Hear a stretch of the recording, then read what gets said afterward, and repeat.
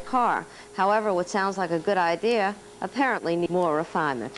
When you mix 1 gallon of 190 proof grain alcohol with 10 gallons regular unleaded gasoline, you get Gasohol, and several stations in Griffin have decided to sell it.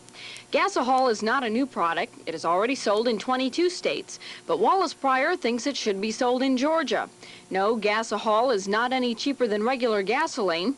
Pryor argues that Gasohol is a better, cleaner fuel, and that most of all, it will help the U.S. become less dependent on foreign oil supplies. Look at it patriotically, because the alcohol is made out of grain that's grown in America, helping farmers. What's been the experience of people who have used it? Well, we haven't had any complaints so far.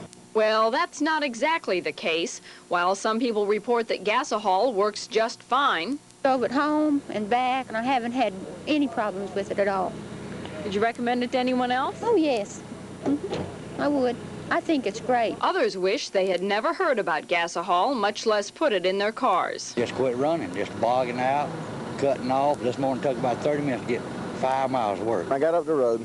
It began to bog down on me. Wouldn't even run. I couldn't get over 30. And I told my wife, I said, we're starting New Year's right, aren't we?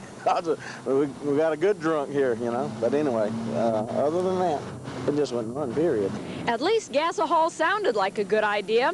Mr. Pryor says he has by no means given up. However, he does plan to solve these problems before next week. He better, he says, or else his Gasohol grand opening could turn into a Gasohol grand closing.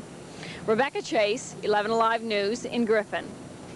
Wallace Pryor called the newsroom this evening. He thinks he solved the problem. He says there's nothing wrong with the Gasohol that a gasoline filter won't fix.